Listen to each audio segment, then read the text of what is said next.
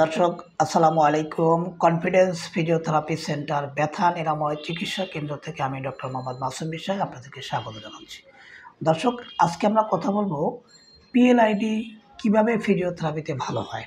আমাদের কাছে অসংখ্য প্রশ্ন আসে যে অনেক ডাক্তার তাদেরকে অপারেশনের কথা বলেছেন, অনেক ডাক্তার আবার ফিজিওথেরাপির কথা বলেছেন।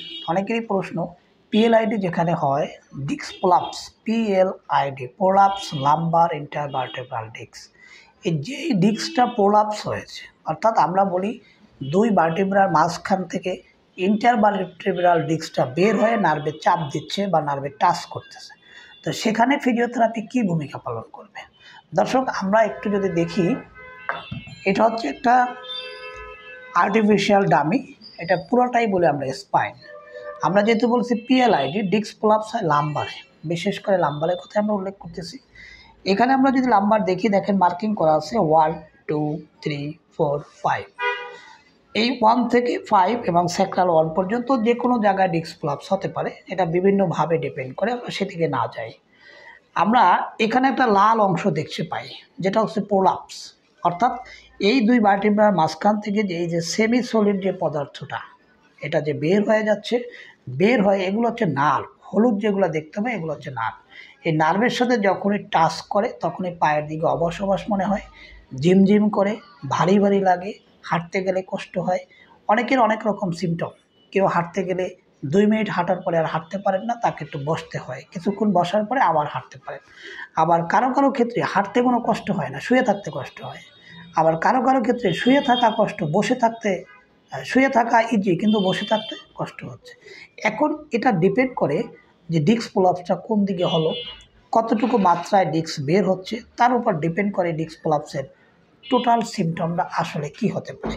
তো দর্শক, আমরা যে টপিকসে ছিলাম কিভাবে ভালো হয় সেটা যদি আমরা একটু চিন্তা করি, দেখেন আমরা যখন ফিজিওথেরাপির চিকিৎসা করাই তখন শুধুমাত্র ডিস্ক প্রোলাপসের সাথে সাথে তার সারাউন্ডিং যে ব্যাক মাসেলগুলো থাকে এবং লোয়ার লিমের যে মাংসপেশিগুলো থাকে, অনেক সময় সেগুলো টান ধরে, মাসেল স্পাজম হয়ে যায়। উনি যখন সামনে ঝুঁকতে যায় তখন ব্যাক মাসেল টাইট হয়ে যায়, মুভমেন্ট করতে গেলে ইজিলি মুভমেন্ট করতে পারেন না। সেক্ষেত্রে আমরা যখনই তাদেরকে, ধরেন কিছু ব্যায়াম আছে ফ্লেকশন টাইপ, যে ব্যায়ামগুলো আমরা সামনের দিকে করি, কিছু আছে এক্সটেনশন টাইপ, উপর হয়ে আমরা মাথা জাগাতে বলি বা পিছনে পা উঠাতে পারি।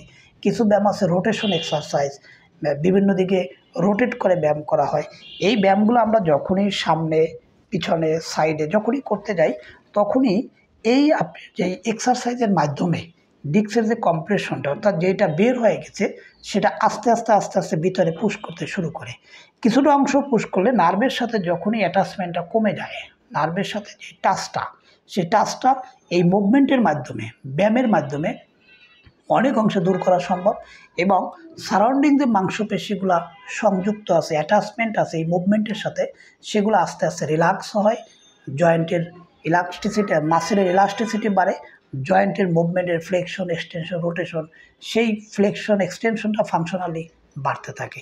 যখনই আপনার এই ডিস্কগুলো যখনই নার্ভের সাথে অ্যাটাচমেন্ট চলে যায় বা শেষ হয়ে যায়, তখনই পায়ের দিকে অবশ অবশ হয়ে যাওয়া, ঝিমঝিম করা, ভারী ভারী লাগা, সেই সিমটম থেকে সরে আসে। তো দর্শক, এটা হচ্ছে আমাদের মূল থিওরি। আপনি যখনই এক্সারসাইজ শুরু করি আমরা, তখনই নার্ভের সাথে অ্যাটাচমেন্টটা কমে যাচ্ছে, পেশেন্ট আস্তে আস্তে সুস্থ ফিল করে, ভালো ফিল করে।